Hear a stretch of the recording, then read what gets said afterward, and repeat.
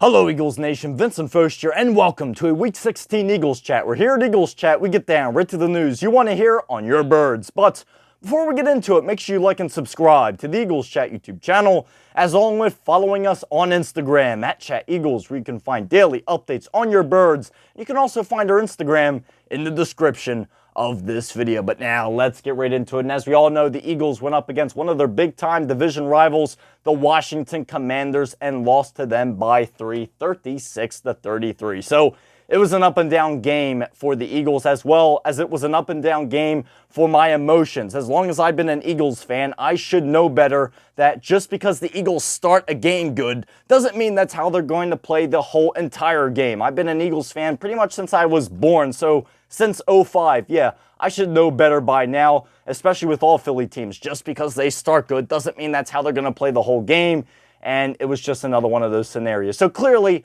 after all these years, I still don't know better. But yeah, up and down game, both on offense and defense for the Birds. But let's not talk about it. Let's really analyze what in the world we just witnessed only a few hours ago. But first, let's start off with the injury update. So injuries were another big time issue for the Eagles this game. Yes, they had one injury that was, let's just say, pretty substantial, where one of the players didn't return, but we had guys going in and out, and it's tough to keep momentum going when you constantly have big-time players going in and out. When I mean big-time players, I mean guys like Josh Sweat, Jalen Carter, Nakobe Dean. I'm pretty sure there was even a time Jordan Davis went down as well. So when you constantly have guys going in and out, it can play a little bit with the momentum of your team. And of course, there was a guy who, let's just say, yeah, he went out, but he didn't come back in. And of course, that's the obvious injury that everyone's talking about, Jalen Hurts with his concussion.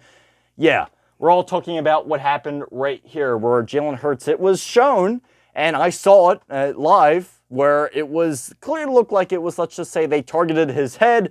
But of course, there was no flag, and the only yellow that was on the field was the Washington Commanders' pants. So, yeah, was looking for the flag, but I forgot. Jalen Hurts is not Patrick Mahomes. So, of course, there's not going to be a flag when that happens.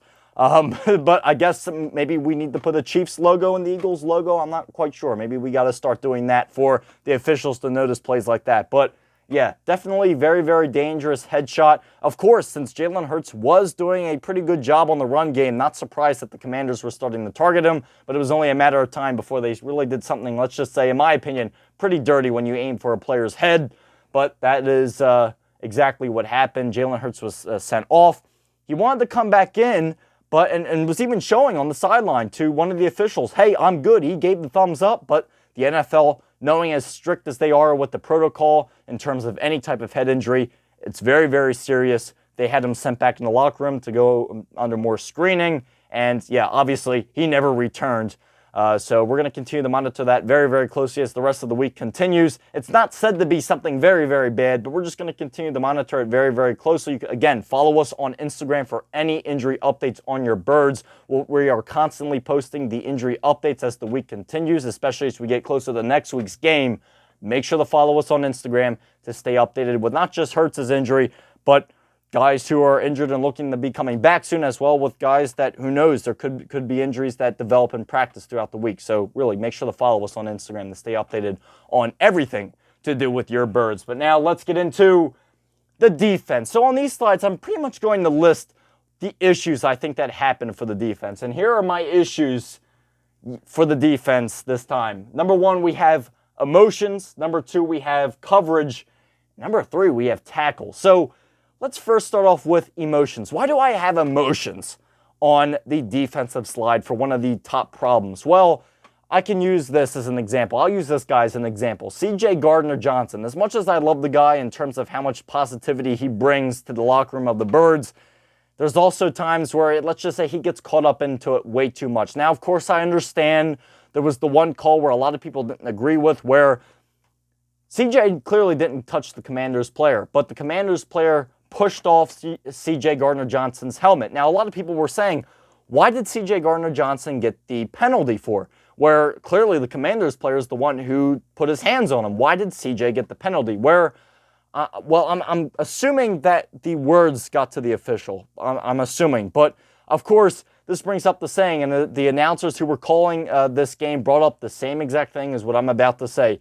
Whatever happened to the saying, sticks and stones may break my bones, but words will never hurt me? Well, I guess it's the opposite now. I guess words can hurt you now too, especially in football, where the official was penalizing people for pretty much anything. And yeah, pretty much every time they went to a television break, that's when C.J. Gardner-Johnson would come out and really just would not let go. I think it really had the emotions were really getting to him. I think the Commanders were getting under the Eagles' skin, and it really should. It wasn't just C.J., but it was a couple other guys as well. Jalen Carter was starting to get into it a tad bit. Not as bad as C.J. Gardner, but I think it was starting to get to the Eagles a little bit. Of course, C.J. Gardner-Johnson was thrown out of this game. He got 2 unsportsmanlike conduct calls. Of course, once that happens, you are out. And yeah, he was seen walking out of the stadium with Big Dom by his side, flicking off the Washington Commanders fans with both middle fingers up and high and proud for C.J. Gardner-Johnson. So, yeah, emotions did indeed get to the Eagles. I think that was something else that just really didn't play in the Eagles' favor. As CJ tries to get under other people's skins, well, I think it was the Washington Commanders who had the upper hand in that today, as they seem to be getting under the Bird skin, and especially CJ's skin, more than, let's just say, he was trying to get under their skin. But number 2, I have coverage. Yeah, I was really questioning some of the things that were going on in the secondary as well with how the linebackers were going. They did blitz at times, but there were basically a lot of times where I saw Quinyon Mitchell back there, who was unfortunately getting burnt, where he pretty much was trying to figure out which guy he had to cover. There was the guy that he was originally with, and then there was another guy where the linebacker that was the linebacker's man, and there was no one there to cover him. So it looked like for the Eagles secondary, it was kind of all over the place, where the coverage was very light. There was constant miscommunications going on, especially when the Washington Commanders got in the red zone. There were a lot of miscommunications that were happening over and over and over again, which was not exactly the greatest thing at all to see. So it was getting a little concerning there, and that's something where I have to say coverage, as well with another one being tackles. Man, what was going on right there? The Eagles were having a lot of issues bringing down Jayden Daniels. Now, I understand, again, Jayden Daniels is a very slippery, mobile quarterback. But again, there were a lot of times where they could have had him right in their midst, and they, unfortunately, again, could not bring him down. And it wasn't just Daniels, but it was other players on the Commanders squad that the Eagles just could not grapple.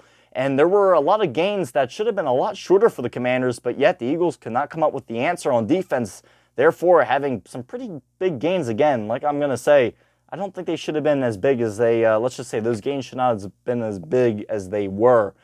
So there were some issues going on with the Eagles defense this game. That is 100% true. So hopefully, as we have this week off, going into next week with the Dallas game, hopefully the Eagles can kind of snuff out some of those issues that did indeed happen. But don't get me wrong, there were some guys that did make some pretty good plays. Obviously, Reed Blankenship had an interception.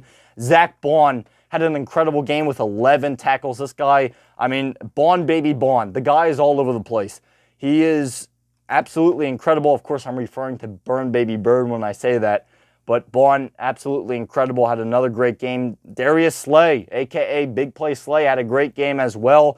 He did a pretty good job with his coverage. Even though I was saying the coverage wasn't that great today, Slay did do a good job with his men and the guys that he was on. Yes, he did get burnt a couple of times, but there were times, the majority of the times, I'll put it like this, the majority of the times, he did pretty dang well. So, got to give kudos to those guys once again. But now let's move on to the offense. So what do I have listed for the top problems with the offense? Well, I have capitalizing as one of them, second one being blocking, and third one being the play calls. Now let's first start off with capitalizing. Yes, the Eagles, I understand you had Kenny Pickett back there, which let's just say is not the greatest of things to have let's just say quarterbacking your offense, but Pickett did manage okay. He was 14 out of 24 for 143 yards. He had one touchdown pass, which was to A.J. Brown, and he had one interception. So, yeah, I'm not going to be jumping out of my seat for this performance, but it wasn't the worst thing in the world. Yeah, there were some iffy moments, of course, Pickett had in terms of him hanging onto the ball too long, him escaping the pocket when he really didn't need to escape the pocket. So yeah, there were a good amount of issues that happened. I'm not going to ignore that, but I can't blame everything on him in terms of what was going on. There were, times where, yeah, Devontae Smith dropped the ball. Saquon Barkley had an opportunity for a catch, but he had it, he dropped it. I got to admit, it was good defense by the Commanders player who was covering him. But again, there were times where they could have capitalized and just couldn't quite get the job done. Where, again, going back to that Devontae Smith drop, if he would have caught that, we may possibly been talking about a little bit of a different outcome. But again, I don't want to go to the what ifs, and I don't want to get into all of that. But it's just one of those scenarios to think about. Let's just say this is not the first time a drop pass has haunted the Eagles big time. AKA, let's go back to the Atlanta Falcons game at the beginning of the year. That's all I'm going to say on that. But yeah, ability to capitalize. The blocking, there were a lot of questionable blocks. One being obviously with Grant Calcaterra, who was really struggling this game in terms of his ability to block and make way for Saquon Barkley.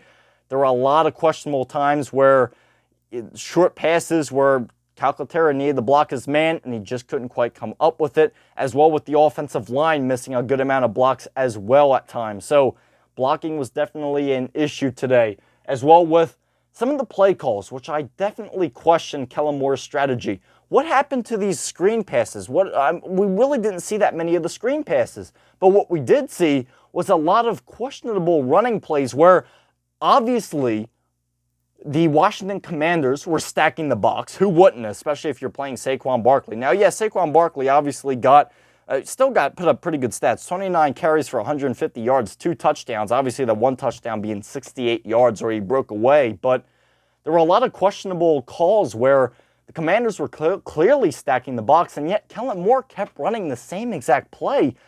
I was pretty concerned by that. I'm not quite sure if it was the lack of trust in Kenny Pickett. Wasn't quite sure on that, but what I was sure on was the questionable calls. I'm pretty sure that the calls were not the greatest thing. That's something I'm sure about. And yeah, let's just say I wasn't quite on board with some of the play calls that were called during that time. I would like to see a little more of short passes, but it was a very strange game at that note. So those are my 3 big time issues with the offense. And of course, another one being Jake Elliott, where yes, he did end up making field goals more at the end of the game. Now, all year he is 1 for 7 with 50-plus yard range. So that's another thing in terms of kicking. Now, of course, Elliott, like I said, was starting to capitalize on that. But there is still that, let's just say it's a little iffy in terms of when he kicks the ball, you don't know what to expect. So there is still that. There was a little bit of a breeze, and plus it is cold. I do understand that kind of goes into it as well. But just wanted to put that out there. But yes, Jake Elliott did come in clutch when necessary, especially since the Eagles were struggling to even get a single touchdown as you got into the second half. So that was another thing that was definitely not on my positive side. But yeah, that's really it for this Week 16 Eagles chat. Hopefully the Eagles can clinch the division next week against their big-time division rivals, the Dallas Cowboys, in South Philadelphia. That game will be Sunday, December 29th. And yeah, Week 17's here. This will be the last game in 2024. Pretty hard to believe if you ask me. But yep, have their, let's just say, their throwback logo up, as the Eagles will be wearing their Kelly green uniforms for the final time this season against the Dallas Cowboys. Hopefully the Birds can bring up another win against the Cowgirls and get a full season sweep of Dallas, since they were eliminated from the playoffs today. So it's absolutely beautiful sights in terms of, yes, the Eagles lost, but yet the Dallas Cowboys got eliminated from the playoffs. So there is some positivity that came out of today anyway. So that's all for me. Have a very, very Merry Christmas or Happy Hanukkah, whatever you celebrate. Have a happy holiday. Stay safe, travel safe, and just enjoy your time with your friends or family. Just let loose, have a great time. And the Eagles don't play on Christmas, so enjoy watching whatever game that you want to watch. Enjoy watching football. And just stay safe, everybody, and just have a good time. That's the main thing for this holiday. Make it a good holiday, folks. But, yep, it's all for me. And as always, go Birds! Have a good week, everybody. Merry Christmas. Happy Hanukkah. Have a good holiday. I'll see you next week for the Eagles-Cowboys game for that coverage. Have a good one, folks.